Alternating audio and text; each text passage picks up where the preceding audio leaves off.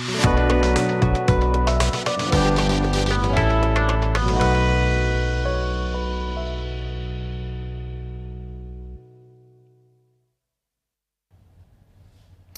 evening and welcome to Behind the Headlines. My name is Timothy Nyangweso.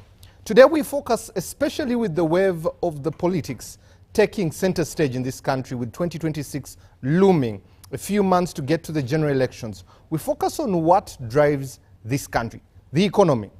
The biggest thing is its effects, especially the shocks that come to it after the general elections and during the general elections. We want to look at it now. What state of economy do we have? But also predict what it would look like come 2026. The middle class, the income class, but most of all, looking at the 7 proposals of tax amendments that have been suggested. This economy, can it take the shock of the 2026 elections? And aftermath, what will that mean for you and I, especially in our pockets? Tonight, let me introduce the panel that will be discussing these patent issues with us all. On my immediate left, Professor Sarah Sally, a director at the Institute of Gender and Development Studies at Makerere University, is with us this evening. Good evening, Professor. Good evening, Timothy, and good evening, our viewers. Very royal in purple this evening. Thank you. Next to the professor, if you have seen anything on social media, you must see his tie has turned yellow. Honorable Paul O'Mara, representing the people of Otuke County, is with us this evening and is an economist at that. Good evening, Honorable, and it's good to have you. Good evening, Timothy, and good evening, viewers. How is the political terrain going right now? Oh, it's very smooth. In Otuke, we had a very good local elections for NRM. There was no kavuyo like in other places, and it's still going on very well. So what position have you taken now?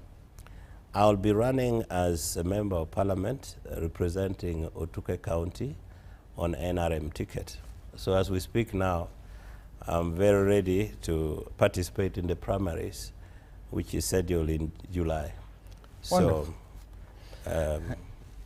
the opponents know that they cannot manage. Next to the Honorable, we'll get into that conversation. Next to the Honorable is the old man of the clan, 112 years there, grandfather to the whole country, CEO of the Independent magazine, Mr. Andrew Mwenda. Good evening, Andrew, and it's good to have you. Good evening, my grandson, and thank you so much for inviting me. I saw you playing football with the cane. Really, was that football or just dispersing the masses? The thing is that all experts across the world are saying it was the greatest display of skill in soccer. Messi, Ronaldo combined couldn't have created anything, even 50% of it. I saw you score, and I wondered if it was the stick or your foot that scored the goal. What stick are you talking about? I don't know what you're saying. What is this guy saying? I'm about to put up the video to just prove what I was saying. Next to Andrew, coming on the show for the first time, Mr. Kintu Daniel Dominic, a director at Eugene Christos Uganda Limited. Good evening, Mr. Kintu, and it's good to have you. Good evening, sir. It's nice to be here for the first time. I thank you so much for the invitation. The chief cook of our economy, making sure everything is moving, the economy that works, Mr. Ramadan Gobi, the permanent secretary and the secretary to the Treasury at the Ministry of Finance. Good evening, sir, and it's good to have you. Always a pleasure. Thank you very much for getting me back. Yes. And for all who are there who have lost loved ones, Andrew was attending a funeral today. Anyone that has lost a loved one or going through a tough time there, our prayers are with you, especially in this time. Today we want to focus on the economy because the gentleman that is the chief cook or who is making sure that the economy is going in the right direction is with us, but also to check the temperature of what our performance looks like as a country. A 71 trillion estimate has been put before Parliament there, and come towards the end of June the 30th, it will be the budget, depending on if it goes up or comes down. The question is, 36 trillion shillings has to be collected by the Uganda Revenue Authority. Is that a manageable target? We also look at numbers like 16.4 of unutilized loans, or 18.1 trillion of domestic arrears. That means that there are people who have done business with government and haven't been paid. You can be part of this conversation. Go to our YouTube channel, drop your comment there, or the number 0709 60 2592 for text and WhatsApp. Let me get to Mr. PSST. You're the best person to give us what we look like. What does the outlook of the economy look like with about 6 weeks coming to the end of this financial year, but also what shortfalls have you seen and learnings in this season for you? Thank you very much, and good evening to my fellow panelists and everybody out there. The economy of Uganda is doing well because a number of the macro fundamentals, the macro variables are in a good shape. We measure economic performance first by the rate at which the economy is expanding. Our economy is growing at above 6%. Last financial year, end June 2024, it was 6.1%. Now we are projecting a growth of 6.4% by end next month, and over 7% in the medium term. We also project that when the oil resources come in, we might actually hit double digits of growth. But we also see other key indicators like inflation has been fully contained. Uganda is one of the countries in the developing world with the lowest inflation rate. And we are now projecting the annual inflation rate of 3.6% this fiscal year. Our target inflation in Uganda is 5%, but we are likely to have it when you get the average for the 12 months at around 3.6%. We are also having a stable currency. The shilling is stable. It's actually one of the most stable currencies in the region. In the past 10 years, the Uganda shilling has depreciated by an average of 3.2%. And this has been the lowest depreciation rate in Africa. And this is mainly because of the foreign exchange, which keeps coming into the country. The key currencies, the US dollar, the UK pound, and so on, sterling, they are available.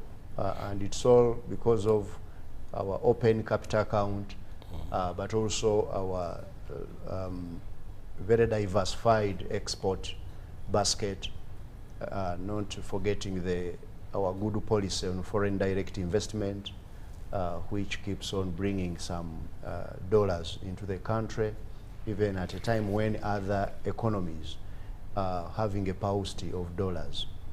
When you look at exports themselves have been growing. In the last 12 months, we've seen export receipts growing to $10.25 billion. And this has been on account of good performance of both our metals, particularly gold, but also coffee. We are about to hit $2 billion of receipts from coffee, because last month, when you trace the past 12 months up to April, we are talking of $1.87 billion of coffee receipts, despite the kind of challenge, some shock which we got in the middle when we were shifting from UCDA to the ministry managing the export licensing. There was no actually much disruption. The key exporters of coffee, I directly asked them whether they have seen they have had any challenge.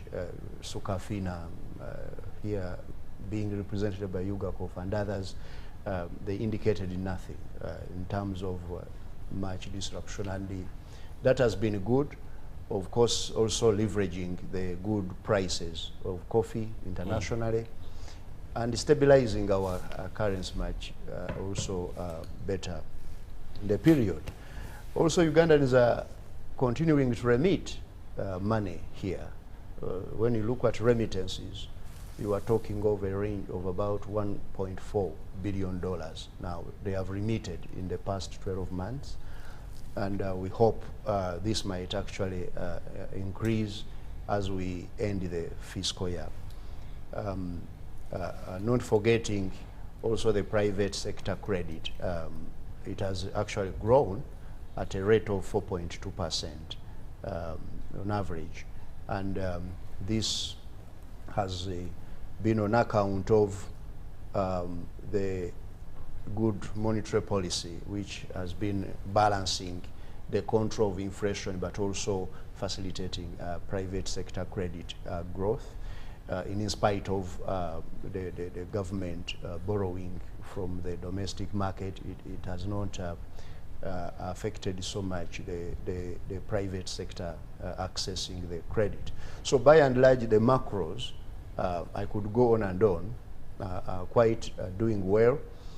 And we hope that with our new strategy of getting the economy to grow tenfold in the next 15 years, which is intentional and deliberate around the ATMs, agro-industry, tourism, mineral sector beneficiation, and also science, technology, and innovation, including digital transformation. We hope that we shall be able to accelerate the growth of the economy in the coming period. Before I come to Mr. Kintu or Andrew, you mentioned the macro, and those are very nice figures up there. How do they translate or have a ripple effect to an ordinary Ugandan? You talk about 6%. Is a parent, a guardian, a border rider, a taxi tout, how are they feeling this 6% you're talking about in growth? You know, economists mainly use the macroeconomics to represent what actually the micro is, because it is an amalgamation of the micro. Of course, it may not be evenly distributed, but when we look at our growth, it has been broad-based. Agriculture has grown at a rate of about 5.8% in the period I'm referring to. Industry has grown, particularly driven by the oil and gas and some manufacturing. We have also seen the services also growing, especially the full recovery of retail and wholesale trade, but also the financial sector deepening much further, because now Uganda, according to the ABSA financial index, which they compile annually, it has taken over the East African region in terms of financial deepening and also the financial intermediation. All of these indicate to you that this economy actually reflects down on the ground. Of course, people will never tell you that we are now feeling good about the economy. They always tell you we are feeling the fire of the economy when it's not doing well. So it's good to take for granted the macro numbers when they are good, but when they are bad, you feel them. So usually I tell people that in the same way someone can tell you, are we going to eat peace when you are talking about peace? Are we going to, now somebody will say, do you think we are going to eat GDP? I usually tell them, actually you are eating GDP. If you want to prove that you are eating it, let it drop. When the economy is not growing, then you will see. You remember when inflation, Timothy, was high, about 10.2% in October of 2023. You remember what happened. Everybody around was actually angry. People could not afford, basic goods and services, soap, salt, and a number of other items. And today when I tell you that inflation is contained, it means that the prices are rising, but at a lower speed of about, on average, 3.6% a year. compared to the double digits when inflation is in double digits. So I should say that it's not good to use anecdotal evidence to explain on how people are feeling about the economy. We use the macros to know how the fundamentals could be impacting the average lives. And of course, as you know, this GDP also is not evenly distributed. You'll find that some few individuals might be earning on behalf of so many others. And when they're earning, they don't tell you. That's why even in research, we don't ask people, how much do you earn? We ask them, how much do you spend? People find it easier to reveal expenditure than to reveal their income for obvious reasons. Thank you very much. Mr. Kintu, when you hear the submissions of the PSST, and you, both as a director but also as a Ugandan who is out there in the marketplace, do you feel the macroeconomics he's talking about, or the economics that works that he's talking about, in your docket? Yeah, in our docket, the FSM is, Mr. Gobi has given a large picture of the performance of the economy of the country. Now, most of our colleagues in that area would not take those, would not even understand the figures he has talked about. But like he said, we'll feel the impact of those figures down here. For us, our main interest is to know how these numbers that he has mentioned, how the allocations in the budget are going to come down and help us continue stimulating business and developing the economy. Because we are looking at production, consumption, and the supply of money. So if the players, the entrepreneurs, the businessmen, and so on, if the picture that Mr. Gobi has given us is good, then down there, things will work. So as long as the regulation, the policies, and everything are in favor of starting, promoting, continuing business, then when you ask an entrepreneur or businessman how the economy is doing, he will not be able to tell you the growth rate, the GDP, what has changed, the inflation, and so on. But because he feels it in his income, he can as well tell you that the economy is doing well. When the regulations, the policies are not good, definitely we shall be squeezed down there. And when you ask him, he'll definitely tell you the economy is not doing well. Even when other several aspects of the economy are doing well, because people are in different sectors. At one time, one sector is doing well. At the other time, the other one is not doing as well. So, but at the end of the day, for us to rely on the arrangements of the PSS, the ministry, and the government to give us an enabling environment. Like you mentioned, peace, stability, and so on. Just like you hinted on, we are going into a political season and so on, what is going to happen. Our interest is to have as much stability and peace as possible. We continue the production, and the supply of money goes on well. And you talk about the supply of money in this season. Yeah. What is the feeling, especially the primaries or structural elections happening in the NRM? Some of the candidates are already traversing the country. The temperature of elections is beginning to pick up. What is the feeling of the economy, in your view, especially in hindsight, that these elections are beginning to become a reality? When the elections come into play like now, and they heat up, production tends to go low. In business, there is going to come a lot of money that hasn't come from producing a service or a product. It is going to saturate. Sometimes we benefit from it as businessmen. It will come. Most of it, because it has not supplied a certain product or service, then it is going to cause distortions in the what? In the supply chains. Because elections come with a lot of middlemen. It comes with it. And money is going to reach the would-be final consumers, but without them having put an effort to earn it, without having put a product or service into the economy. So for as long as the politics is going to be determined by money, it is going to cause disorganizations in business. And if politics comes with fears of instability, production will tend to go down. there is going to be skepticism on starting certain things, on continuing certain businesses, because people are not sure of what is going to happen. But if the business community has an assurance that even when elections are going on, there is going to be a relative degree of peace and stability, then... Thank you. Andrew, you are 112. You have been here a while. You have seen one election after another. We're getting into another election cycle. Give us a scorecard of what you see as the economy of this country now and the 10, 15 years and tenfold they're talking about. Is it a possibility? I have no idea. I have zero idea how to predict that future. Because you see, Uganda lives, we live in a bifurcated system. The macroeconomic indicators that he was talking about, foreign exchange, the value of foreign exchange, the rate of inflation, rate of economic growth, are really by contemporary and historic standards fairly good.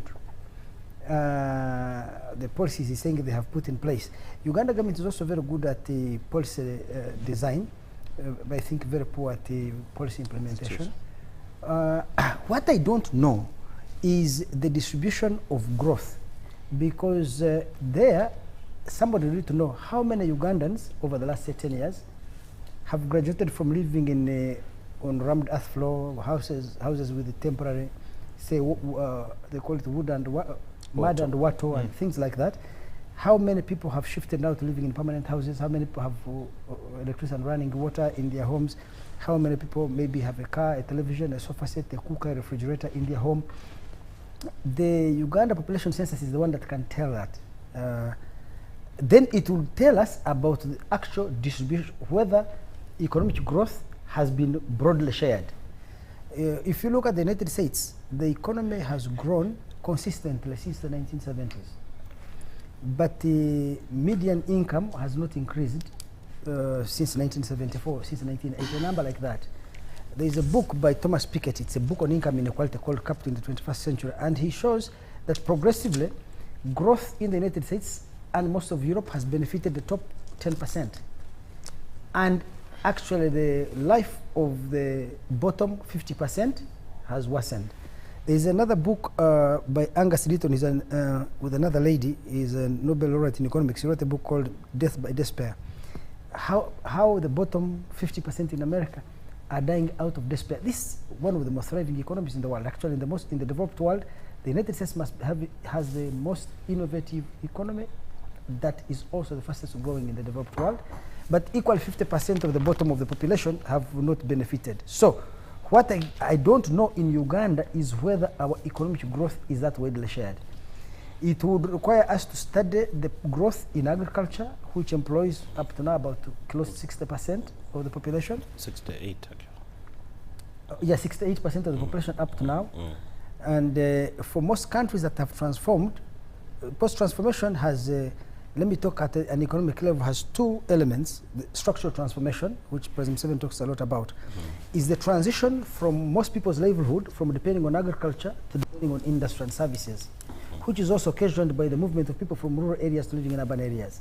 So Uganda's urban population has really grown very little, and the dominance of agriculture shows that we still remain a very poor country.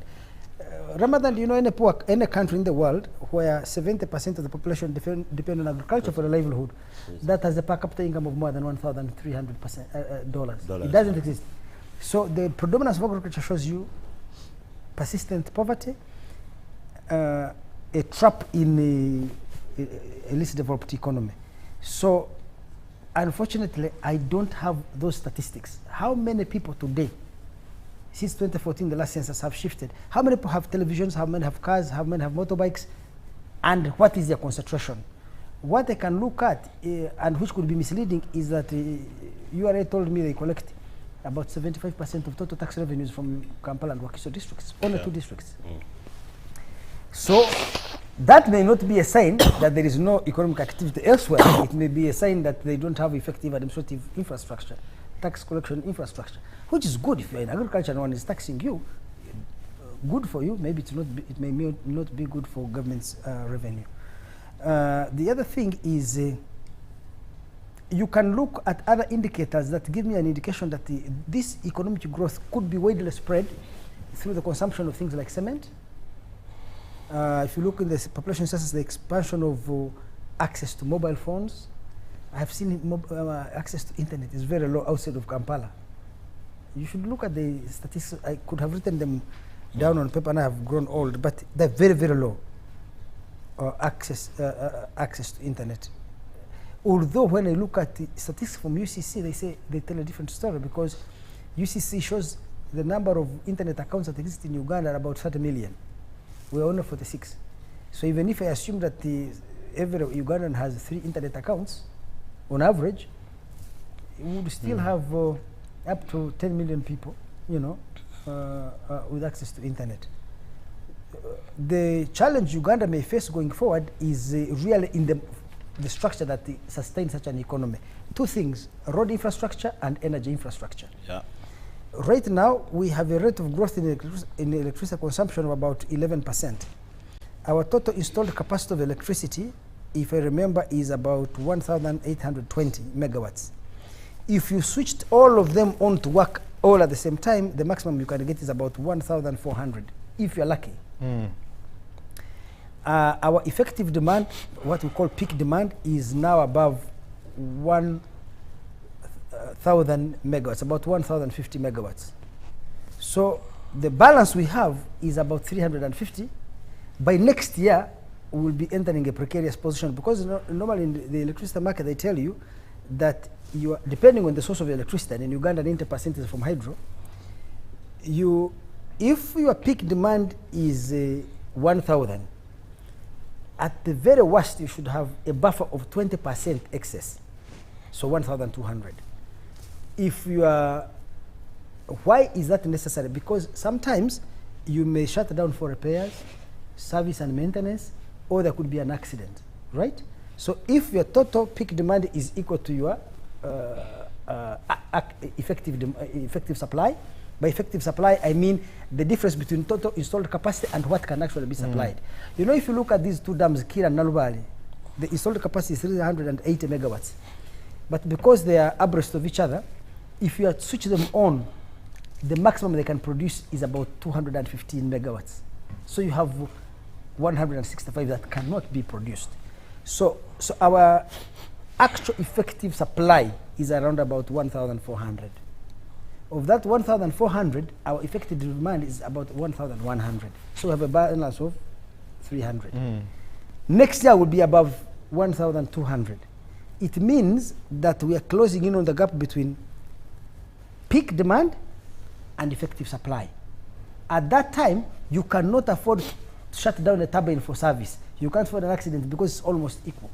So we don't have the buffer that allows, if there are maintenance works or repairs or accidents, then you still can supply electricity. Now, where is the problem? The problem is that generating large quantities of electricity requires you building these big investment dams. So Isimba, Karuma, Naluvale.